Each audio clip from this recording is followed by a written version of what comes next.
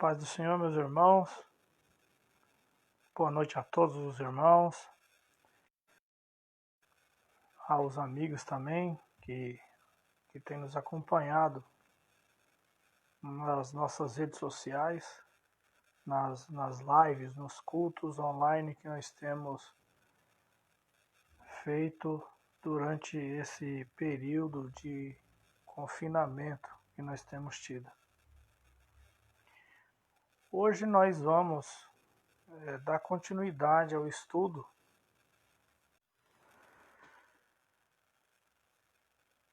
Bom, eu acho que deu uma pequena queda no sinal, mas acho que está voltando aqui. E os irmãos me digam aí, por favor, como é que está chegando aí a gravação, porque o sinal acho que deu uma caidinha aqui, deu uma pequena interrupção.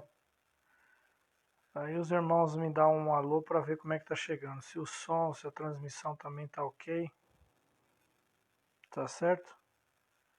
Para a gente poder iniciar também. Mas antes de nós iniciarmos aqui o nosso estudo propriamente dito, da carta de Paulo aos Filipenses, capítulo 3, hoje nós vamos meditar um pouco e pensar um pouco em Filipenses capítulo 3 e do versículo de 1 a 3. Esse é o texto que nós vamos estar refletindo sobre ele. Mas eu também gostaria de pedir aos irmãos da igreja, da Betel, que na medida que forem chegando eu vou fazer um anúncio muito importante também para os irmãos. Mas devido ao que eu estou vendo que os irmãos estão se conectando agora, e estão chegando agora nas redes sociais,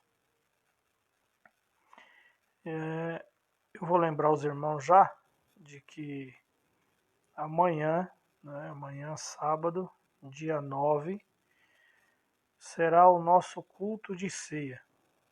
Nós teremos a nossa ceia. E como é que vamos fazer a nossa ceia? Nós vamos fazer a nossa ceia a partir das 3 horas da tarde na nossa igreja e com um período de intervalo entre uma família e outra de 30 minutos. Então, a cada 30 minutos, nós vamos receber uma família na igreja para estar ceando lá. Nós serviremos a ceia nos lares para os irmãos que são grupo de risco e que não podem estar indo até o templo. Então, amanhã eu quero contar com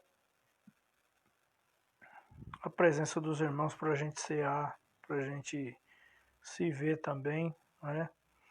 É uma oportunidade que nós temos de nos ver, tá certo? Bom, meus irmãos, dito essas coisas, eu quero começar, falar sobre o nosso assunto de hoje. E a paz do Senhor a todos os irmãos, uma boa noite a todos que estão chegando. Mas eu gostaria de dar início aqui à nossa reflexão na carta de Paulo aos Filipenses no capítulo 3, e hoje nós vamos meditar e vamos pensar um pouco no versículo de 1 a 3. Eu pretendo ainda depois trazer um outro estudo bíblico no capítulo 3, que hoje eu vou falar apenas 3 versículos desse capítulo.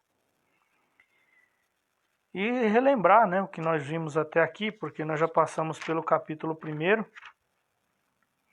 em que Paulo faz uma belíssima introdução da sua carta. Vimos que é a carta da alegria, é um homem que está preso, mas não é nenhum frustrado com a vida, decepcionado, não se tornou amargo com a vida, pelo contrário, é um homem que está alegre. E esta carta chamada Carta da Alegria. Nós vimos no capítulo 1, né, nos versículos de 1 e 2, inclusive já refletimos sobre graça e paz.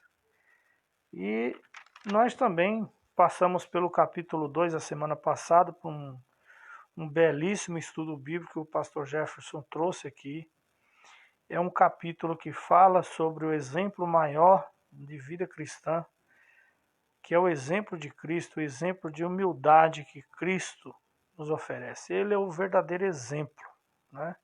É o exemplo de vida, é o exemplo de vida cristã.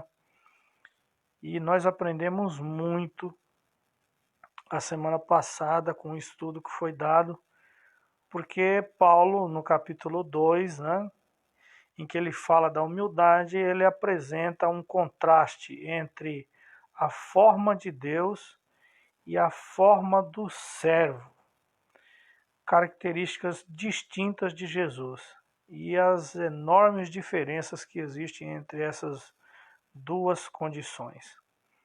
Ele vai afirmar, não é, que embora fosse Deus, embora Cristo fosse Deus com o Pai, ao assumir voluntariamente a forma humana, com o propósito de redimir a humanidade caída, não se apegou à sua soberania divina, para dela tirar vantagens próprias. Antes, ele se dedicou em servir ao Pai. E essa talvez seja a mais importante característica da vida do cristão, a humildade. Não é? A humildade. Uma forma maravilhosa. E eu fiquei pensando, enquanto o pastor Jefferson falava semana passada isso tudo, lembrando exatamente que hoje, né, os cristãos, os evangélicos aspiram o poder.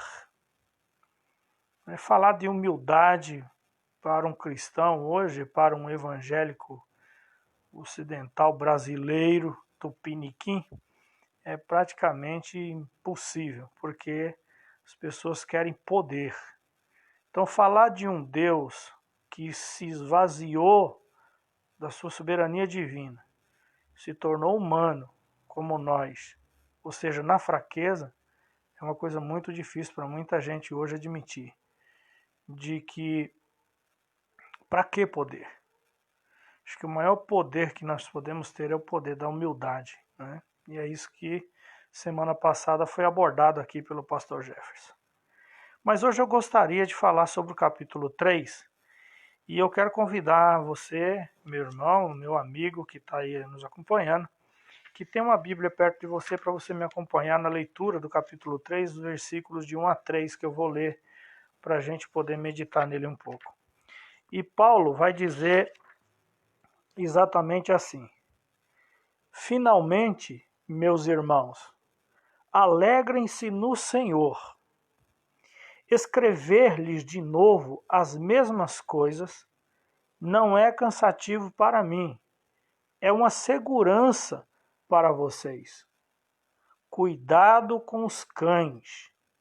Cuidado com esses que praticam o mal. Cuidado com a falsa circuncisão, pois nós é que somos a circuncisão, nós que adoramos pelo Espírito de Deus, que nos gloriamos em Cristo Jesus e não temos confiança nenhuma ou alguma na carne. Então Paulo, ele escreve aqui e ele nos mostra, né, algumas verdades importantes que nós devemos aprender aqui. É que nós podemos, né, e nós entendemos que a graça de Deus, ela pode ter adversários. E às vezes é difícil da gente admitir que esse amor divino, esse amor que levou Jesus a se tornar homem, morrer pelo ser humano, Às vezes é difícil a gente entender como é que esse amor divino tem adversários, como é que esse amor divino tem inimigos. Ele encontra adversários e muitas vezes encontra gente absolutamente indiferente em relação ao amor de Deus. Agora, você acredite se quiser, mas a graça de Deus, ela tem inimigos. E o apóstolo Paulo aqui na carta que nós lemos, Filipenses 3, de 1 a 3, ele fala de 3 desses inimigos que a graça de Deus tem. E é uma trilogia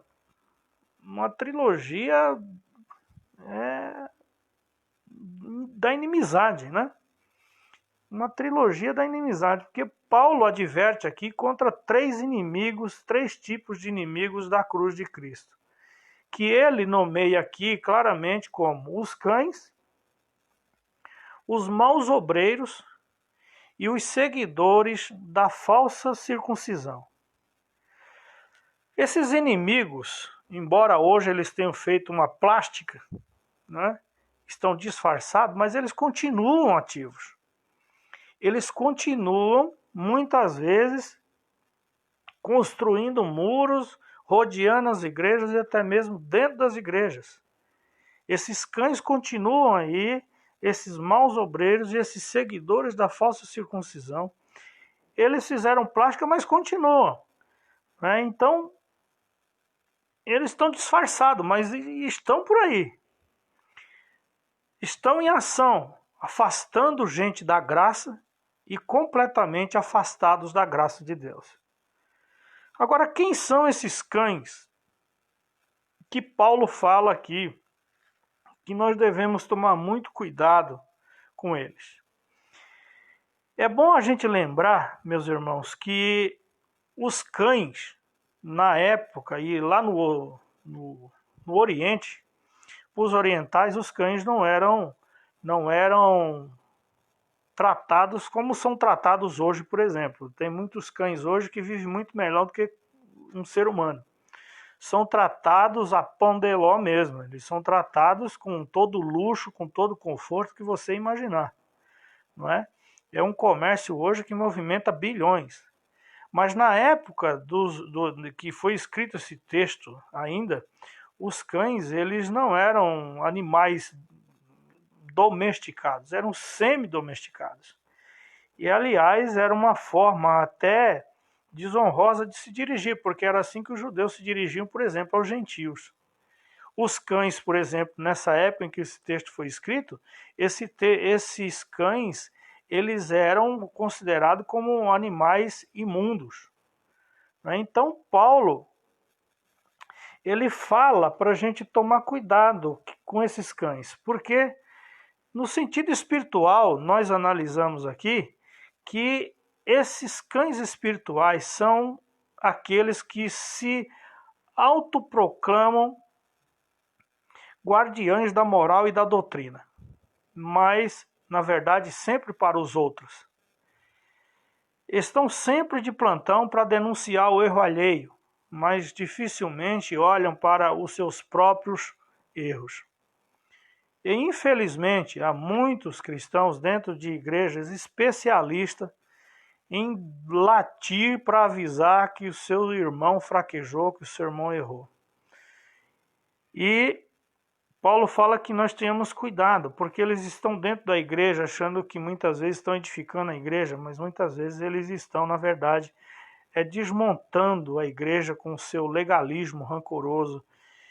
Para muitos desses cães, a graça de Deus, a cruz de Cristo, não tem o menor sentido. Por exemplo, a graça de Deus para muita gente não pode ser ministrada. Esses cães, negativamente falando, a gente pode dizer que são pessoas que não escutam nem mais a voz de Deus. E a gente sabe, meus irmãos, até por experiência própria, o quão um cão pode se tornar perigoso quando ele deixa de ouvir a voz do seu dono. Quando ele não escuta mais a voz do seu dono, um cão se torna absolutamente muito perigoso. E esse é o problema, né? de que esses cães não escutam a voz de Deus mais. Esses cães escutam a voz do seu próprio coração.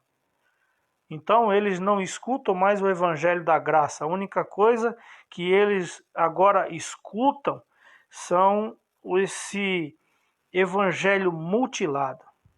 Não se alimentam mais do alimento puro e genuíno da palavra de Deus, mas se alimentam de um evangelho completamente mutilado. Um evangelho sem graça, um evangelho sem a graça de Deus, um evangelho mutilado e cortado. Então, esses cães, né, que estão sempre a latir, a grunhir, a denunciar o erro alheio, mas nunca para olhar para o seu próprio erro. Estão sempre prontos a latir para avisar do erro alheio, mas nunca param para refletir na sua própria condição. São moralistas de plantão, mas moralidade sempre para os outros, mas eles nunca olham para si. Então, é um evangelho deturpado. Esses cães são perigosos por causa disso. Já não escutam mais a voz do seu Senhor. E quando eles latem, quando eles ficam alardeando o erro alheio, eles dificilmente olham para, aliás, nunca olham para os seus próprios erros. E também poderíamos dizer que esses cães, se a gente for pensar de um modo espiritual, esses cães também, eles são aqueles que só querem tirar de Cristo. Eles só querem receber. Infelizmente hoje, o evangelho que tem sido pregado é um evangelho que tem ensinado as pessoas, tanto dentro e fora das igrejas, a somente receber. E a frase que mais se escuta na boca dessas pessoas é: o que o Senhor vai me dar hoje? O que o Senhor tem para me dar? São pessoas que só querem bênçãos, mas nunca querem um relacionamento verdadeiro e sincero com Ele. Por quê? Meus irmãos, eu estou convicto de que a maior bênção que alguém pode ter na vida não é a intervenção espetacular de Deus na sua existência, Ele trazendo um milagre, mas é uma vida vivida na presença de Deus. Esses cães integram a religião, então, daqueles que vão simplesmente buscar a Deus pelas suas bênçãos. Mas eles nunca dizem, por exemplo, o que darei eu ao Senhor por todos os benefícios que eu tenho recebido. E aí é duro o conselho que Jesus dá em relação a esses cães, porque em Mateus 7, versículo 6, Jesus vai dizer: não deem o que é sagrado aos cães, nem atirem suas pérolas aos porcos, caso contrário, estes pisarão, e aqueles, voltando-se contra vocês, os despedaçarão. Não sejamos como esses cães. Mas o livro de Apocalipse fala de um terceiro tipo de cães. E ele diz em Apocalipse 22:15 o seguinte: fora ficam os cães, os que praticam a feitiçaria, os que cometem imoralidades sexuais, os assassinos, os idólatras e todos os que amam e praticam a mentira. Então esses cães são pecadores rebeldes. São os rebeldes que não escutam mais, que não se arrependem mais dos seus pecados. E essa é a razão porque eles não têm habitação no condomínio celestial. Porque são rebeldes, porque não escutam mais a voz de Deus. Então o rebelde é aquele que acha que o seu jeito de viver é melhor que o de Cristo. Tá bom assim. Né? E é impressionante que às vezes escuta-se isso, né? Eu nasci assim, vou morrer assim. Então, esses são os rebeldes. Esse é o terceiro tipo de cão que ele vai falando aqui. E Paulo adverte também contra os maus obreiros. Ele fala, né, aqui na sua carta, ele fala assim: resta, meus irmãos, que vos regozijeis no Senhor. Não aborreço de escrever-vos as mesmas coisas, porque é segurança para vós. E no 2, guardai-vos dos cães e guardai-vos dos maus obreiros.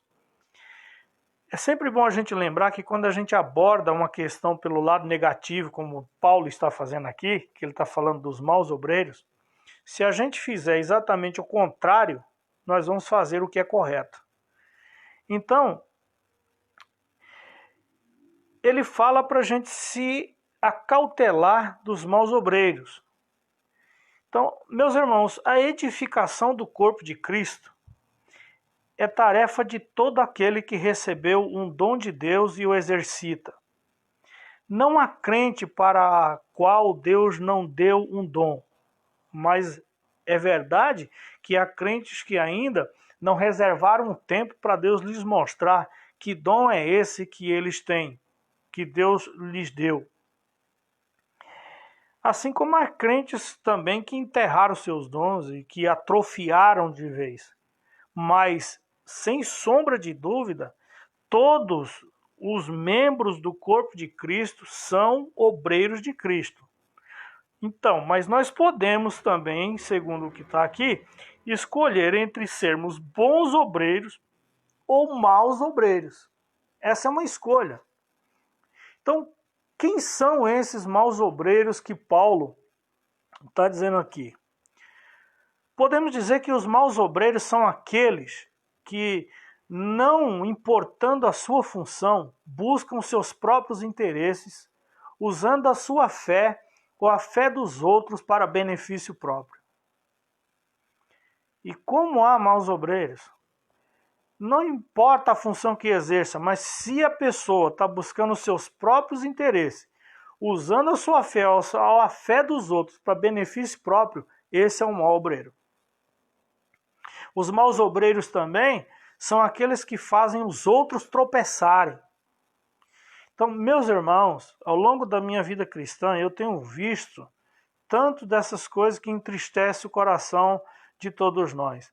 Porque há muitos cristãos e há muitas pessoas que nunca levaram uma pessoa sequer a Cristo, mas já levaram por palavras e por atitudes muitos para longe de Cristo. Há os que, na minha cabeça, é a maior das contradições, que em nome de Cristo eles machucam, eles ferem e eles maltratam as pessoas, eles maltratam os outros. Esses são maus obreiros.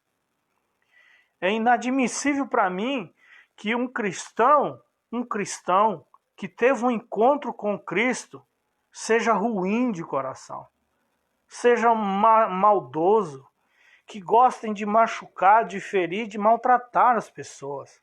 Esses são maus obreiros. Os maus obreiros é esse, que fazem as pessoas tropeçar. Nunca levaram ninguém a Cristo, mas já levaram muita gente para fora da igreja. Os maus obreiros também são aqueles cujos seus ministérios são movidos pela vaidade. E quanta vaidade nós temos visto hoje nos arraiais cristãos. Gente movida pela vaidade. Pessoas que se autopromovem e por vezes até no ridículo, né? Se tornam ridículos na sua vaidade, na busca pela sua vaidade. Não é difícil a gente constatar a vaidade no coração de pessoas que realmente são maus obreiros. Maus obreiros é gente vaidosa. E a gente pode dizer que esses maus obreiros, justamente por serem vaidosos, eles têm a doutrina correta, mas a motivação errada. Tem ministério correto, motivação errada também. Por isso continua válido, meus irmãos, o critério apostólico para se discernir um falso obreiro, que era o de verificar para quem apontava a mensagem que esse obreiro pregava. Se a mensagem que ele pregava apontava para o mensageiro, então ele era falso. Se a sua mensagem apontava para Cristo, então esse aí era um obreiro verdadeiro. Esse critério, ele ainda hoje é muito importante, porque eu estou convicto do que vou dizer aos irmãos. Se você tem um pastor, se você tem um líder, se você tem um obreiro, que a mensagem dele, ele aparece mais do que Cristo, fuja dele. Fuja dele, peça carta e suma dessa igreja, porque eu não tenho dúvida de que isso se trata de um mau obreiro, de um falso profeta. A mensagem que nós pregamos deve ser uma mensagem que glorifica a Cristo e Cristo crucificado. Se a nossa mensagem não aponta para Cristo, não leva as pessoas a Cristo, esse é um mau obreiro, vaidoso, que aponta para si mesmo. Os maus obreiros também são aqueles que por preguiça ou por displicência fazem um trabalho que Deus lhes confiou de qualquer maneira. E eu lembrei de uma piada, né? Tem uma piada que contam aí, dizendo que uma senhora foi acordar o filho no domingo pela manhã, poucos minutos antes da escola dominical começar, e ela chegou e disse para ele o seguinte: dê-me 2 razões. Ela foi acordar ele e aí ele disse assim: me dê 2 razões agora para eu acordar e para eu me levantar. A mãe dele respondeu e disse para ele o seguinte: a primeira razão é que falta 15 minutos para a escola dominical começar. E a segunda é que você é o pastor da igreja. Então, os maus obreiros são aqueles que fazem a obra de Deus de forma absolutamente sem zelo nenhum, absolutamente displicente. Muitas iniciativas, meus irmãos, dentro das igrejas, infelizmente, muitas as iniciativas e muitos projetos e muitas ideias boas que dariam muito fruto para o reino de Deus, elas só não prosperam por falta de responsabilidade dos obreiros, tanto dos líderes como dos liderados. E Paulo fala para nós tomarmos cuidado com maus obreiros. Então, se a gente fizer o contrário disso, nós seremos um obreiro aprovado pelo Senhor. Então, não sejamos maus obreiros, porque todos nós temos alguma coisa para fazer. Nenhum de nós foi chamado sem alguma coisa para fazer. Você e eu temos responsabilidades. Então não sejamos maus obreiros, sejamos bons obreiros para a glória de Deus. E Paulo fala ainda a respeito de um terceiro inimigo da cruz de Cristo, um inimigo da graça. Ele fala os da falsa circuncisão. O apóstolo se refere aqui aos judaizantes, os que achavam que os não-judeus tinham que se fazer judeus para se tornarem cristãos e para herdar a salvação. Infelizmente, hoje, não é difícil a gente observar que tem um movimento de tentar judaizar a igreja de novo. Não é? É cruz de Davi para todo lado, ritos do Antigo Testamento que são o tempo inteiro trazidos, festa das trombetas, festa da Páscoa, é uma forma de judaizar a igreja.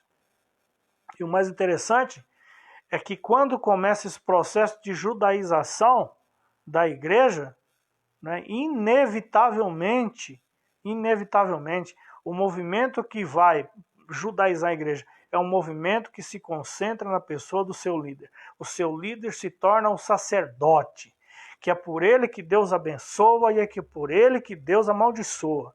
Ele é o guardião da bênção, ele é o porta-voz de Deus, é ele que tem a palavra de cura, é ele que tem a palavra de vitória, é ele que tem a palavra de bênção.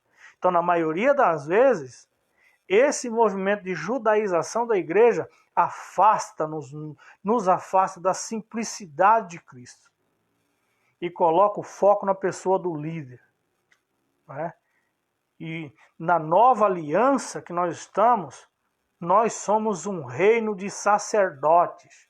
Não existe mais um obreiro intercessor entre mim e Deus.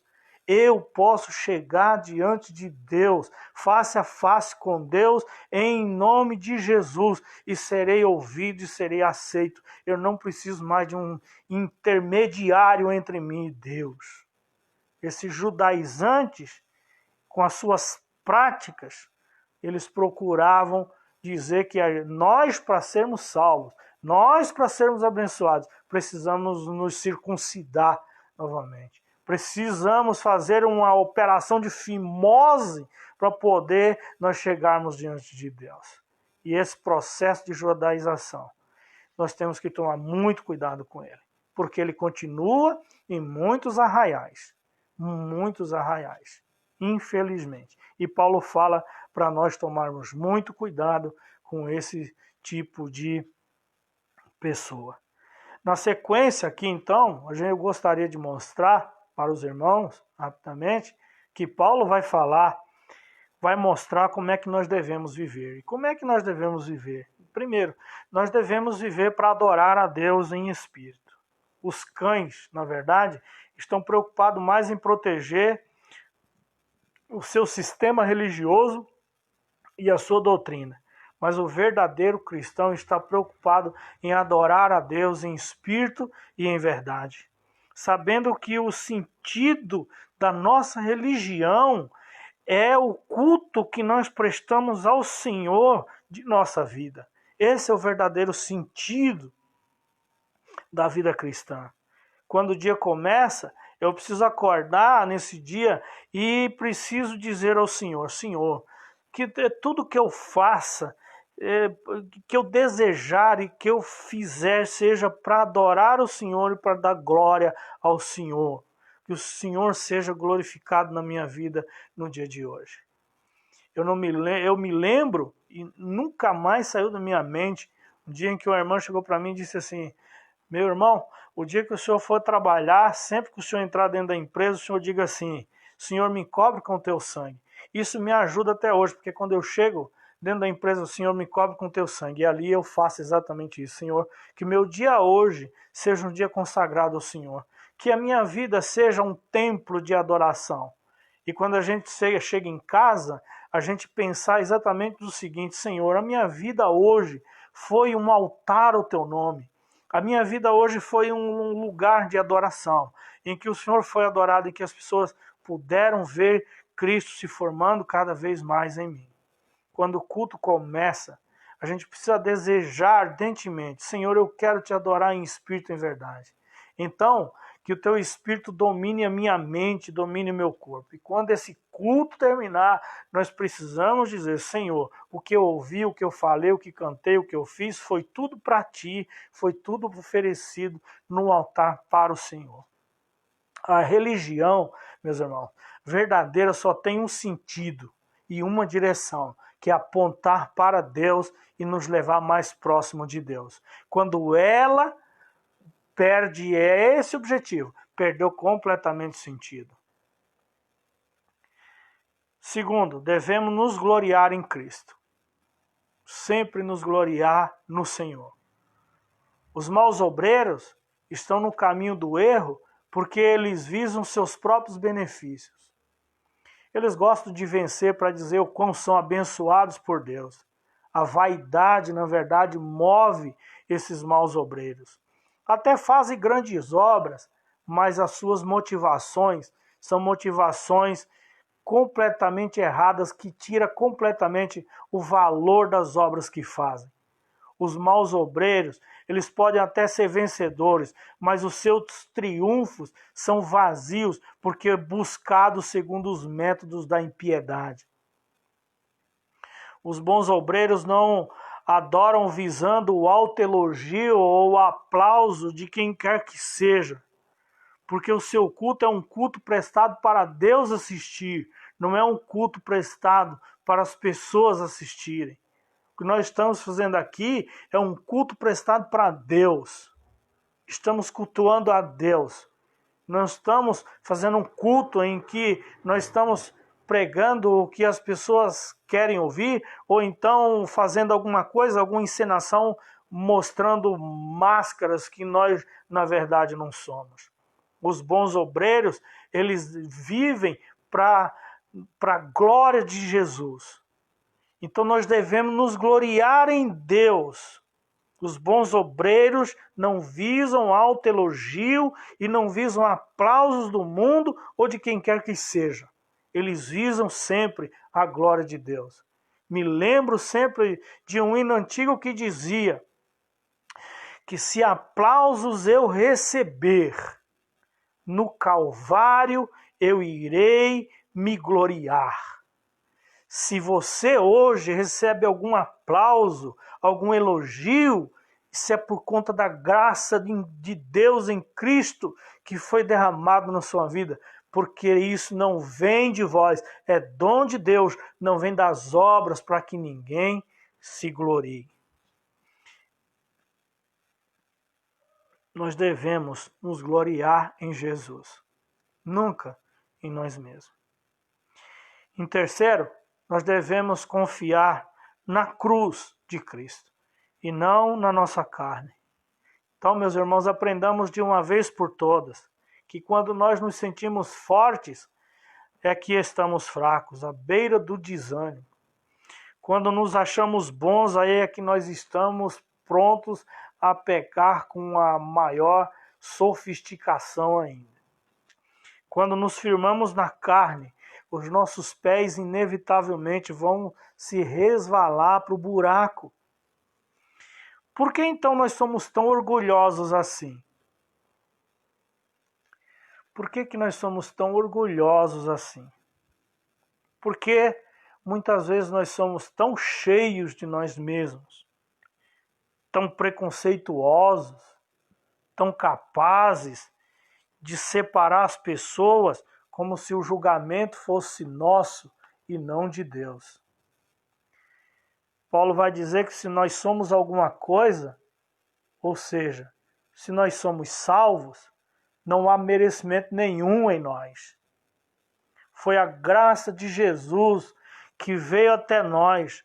Não foi o nosso esforço que nos levou a Ele, foi Ele que nos salvou por sua graça e por sua misericórdia. Então, por que tanto orgulho? Por que tanto julgamento? Por que tanto preconceito com as pessoas? Nós não devemos confiar na nossa carne.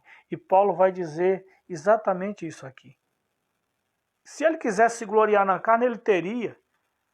Porque era hebreu de hebreu, era hebreu de pais hebreus, hebreu da gema. Mas considerou tudo isso como perda para ganhar a Cristo. Não há merecimento nenhum em nós. Não foi nosso esforço que nos levou a Ele. Então por que nós não somos um pouco mais humildes e um pouco mais pacientes e tolerantes em relação aos outros? Por que nós não ofertamos aos outros, muitas vezes, a graça que nós gostaríamos que a nós fosse ofertada? Por que às vezes eu vejo cristãos que são tão condescendentes consigo mesmo e são tão duros com os outros? Quando eles pecam, eles dizem, tenha dó de mim, tenha misericórdia de mim. Mas quando é os outros, quando é o outro, eles latem como cães raivosos, latindo para denunciar o pecado alheio. Esse texto nos ensina a humildade, nos ensina que nós devemos confiar na cruz de Cristo e não na circuncisão, não na nossa carne, nos méritos humanos, porque nós não os temos. Tire isso do seu coração, tire isso da sua cabeça. Se você hoje recebe algum elogio, se você hoje é alguma coisa, é porque isso foi graça de Deus. Se somos salvos, não há merecimento nenhum em nós. Foi a graça de Jesus que veio até nós. Não foi nosso esforço que nos levou a Jesus, porque nós não somos nada sem a graça de Deus.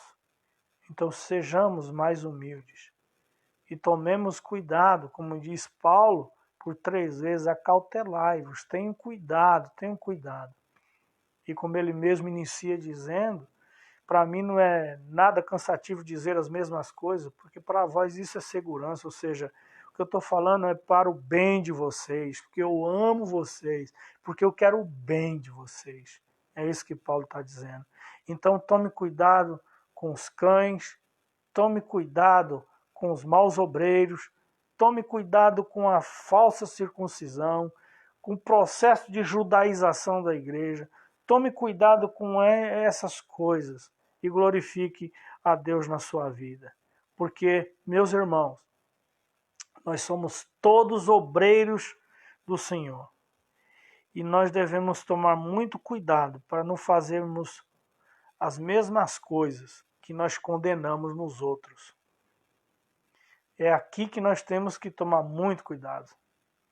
Nós temos que tomar muito cuidado para nós não fazermos o que nós mesmos condenamos nas outras pessoas.